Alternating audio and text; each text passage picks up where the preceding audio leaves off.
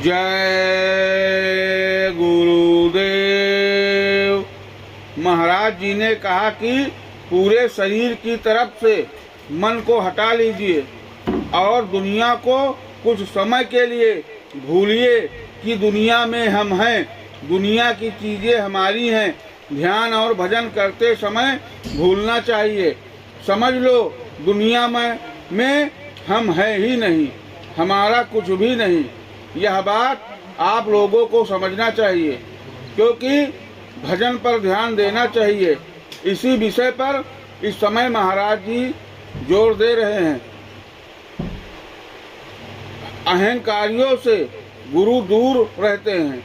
दीनता नहीं आती है, अहंकार आ जाता है और करा कराया सब गया जब आया अहंकार। अहंकार जब रहता है आदमी को, तो अहंकार से गुरु दूर रहते हैं, प्रभु दूर रहते हैं। अहंकारी से हर आदमी दूर रहना चाहता है कि पता नहीं किस धन के अहंकार में, बल ताकत के अहंकार में, पद प्रतिष्ठा के अहंकार में कब हमारे ऊपर हमला कर दे, कब हमको नीचा दिखा दे, कब हमको मरुआ कटवा दे। बचना ही चाहता है। जो समझदार आदमी होते हैं, पढ़े लिखे, बुद्धिमान और अनुभवी होते हैं, अहंकारियों से थोड़ा बच के ही रहते हैं, तो प्रभु गुरु दूर रहते हैं अहंकारियों से। तो कहा है कि अहंकार को खत्म करना चाहिए। अहंकार को संतों की भाषा में संतों ने क्या कहा है? शीश उतारे भू धरे, तापर रखे पाँव, दास कबीरा यूं कहे, ऐसा हो तब भाव। दास कबीर जी ने कहा है कि शीश उतारे भू धरे, यानी अहंकार को जमीन में रख दो। अहंकार सिर पर न सवार रहे, जमीन में रखो और उस पर पाँव रख दो कि वह दब जाए, उसी जमीन में, उसी में मिल जाए। और फिर ऐसा जब हो, जब हमारे पास आओ, तब हमारे पास आओ। दुनियादारों के साथ के कारण गुरु महाराज का डाला हुआ संस्कार दब गया। यह बात महाराज जी ने कहा। आज इस समय पर मैं देख रहा हूँ कि आपके जयपुर में कुछ ऐसे लोग हैं कि जिनके दादाजी पिताजी भी गुरु महाराज के नामधानी थे। 3 पुश्त से उनका संस्कार है और पेट में बच्चे रहे होंगे, तभी माँ लेकर के गुरु महाराज के पास गई और संस्कार बना। किस चीज़ का संस्कार बना? धर्म का संस्कार, कर्म का संस्कार। धर्म तो हुआ, कौन धार्मिक है? असली धार्मिक वही है जो भजन करता है, जो गुरु के आदेश का पालन करता है, सेवा करता है, संगत में लगा रहता है और कर्म का संस्कार बना, कर्म खराब ना होने पावे। अच्छे बुरे कर्म की पहचान होती है। कर्म का संस्कार जब पड़ता है तो बुरे कर्म नहीं होते हैं। शरीर से संस्कार पड़ा, लेकिन अब 7 लोगों का ऐसा हो गया कि जो पक्का दुनियादार है उन्हीं के बीच में रहना हो गया। पक्का दुनियादार है। कुछ लोगों का खान पान में भी फर्क पड़ा, चाल चलन में भी फर्क पड़ा। कुछ लोगों के अंदर लोभ लालच ज़्यादा बढ़ गई, वो संस्कार दब गया और यह लोगों के साथ रहने का जो संस्कार था वो उभर करके आ गया। कुछ ऐसे भी हैं जो शाकाहारी हैं, नशा मुक्त हैं, गुरु पर भरोसा विश्वास रखते हैं, जो हो सकता है सेवा भी करते हैं, लेकिन फिर भी उनको लोभ लालच और अहंकार है। और जब वो अहंकार जाएगा तब इस धरती पर, इस जमीन में बैठ पाएंगे। नहीं तो धन का अहंकार, बड़े आदमियों का अहंकार अगर रहेगा तब सबके साथ कैसे आपके साथ बैठ कर के भजन कर पाएंगे? कहेंगे हम तो रूम फ्रेशनर डालते हैं, रूम में खुशबू आती है, बिस्तर पर तब सोते हैं, और ये तो गरीब हैं, ये बेचारे रोज़ कपड़ा भी नहीं बदल पाते हैं, इनके कपड़े से पसीने की बदबू आती है, इनके बगल हम कैसे बैठें? तो वो नहीं बैठ पाते, नहीं बैठ पाएंगे वो। तो कहते हैं हम हमेशा सोफा पर बैठते हैं, हमको तो बड़े बड़े सेठ बैठाते हैं, अधिकारी कुर्सी देते हैं, मंत्री मिनिस्टर कुर्सी देते हैं। तो अहंकार है। अहंकार जब तक नहीं जाएगा तब तक भजन नहीं हो पाएगा, असली काम नहीं हो पाएगा। इसलिए आप लोग अपने अहंकार को छोड़ो।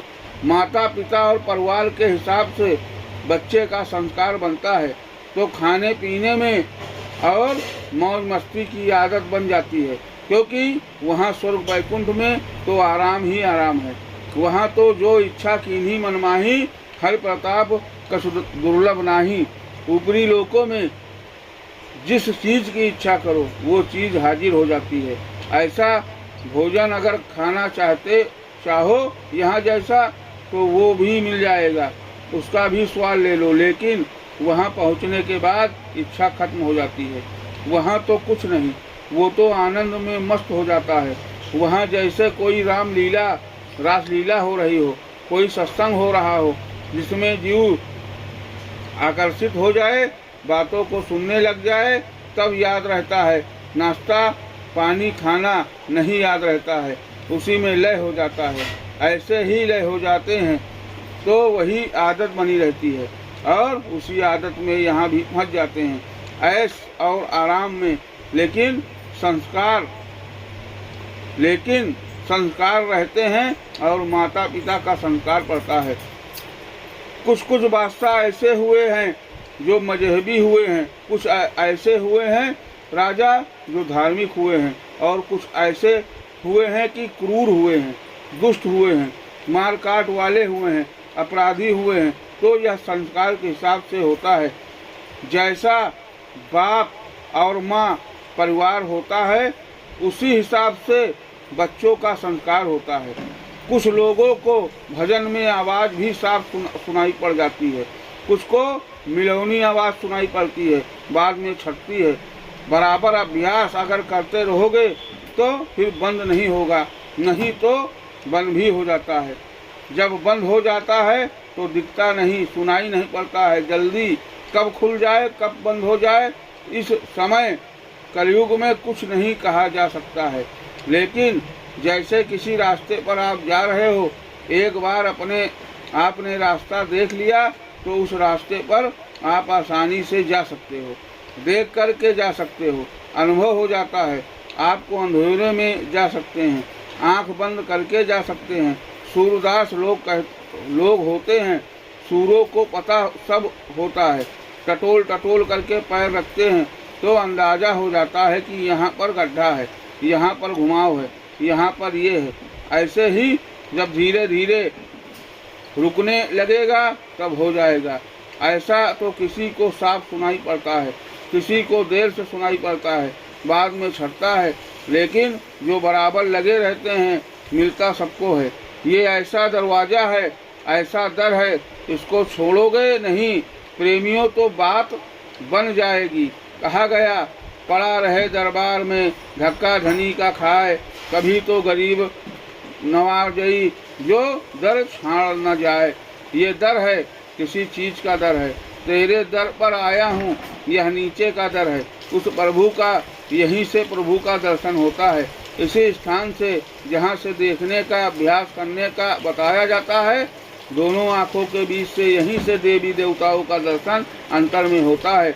ये जो देवी देवता हो जिनको आप यहाँ देखते हो, जिनको मान्यता मिल गई है, ये तो उनका फोटो है, ये तो आदमी का बनाई हुई मूर्ति है। लेकिन वो जो साक्षात देवी देवता है वो अंदर में दिखाई पड़ते हैं, तो यहीं पर वो दर है। जय गुरुदेव।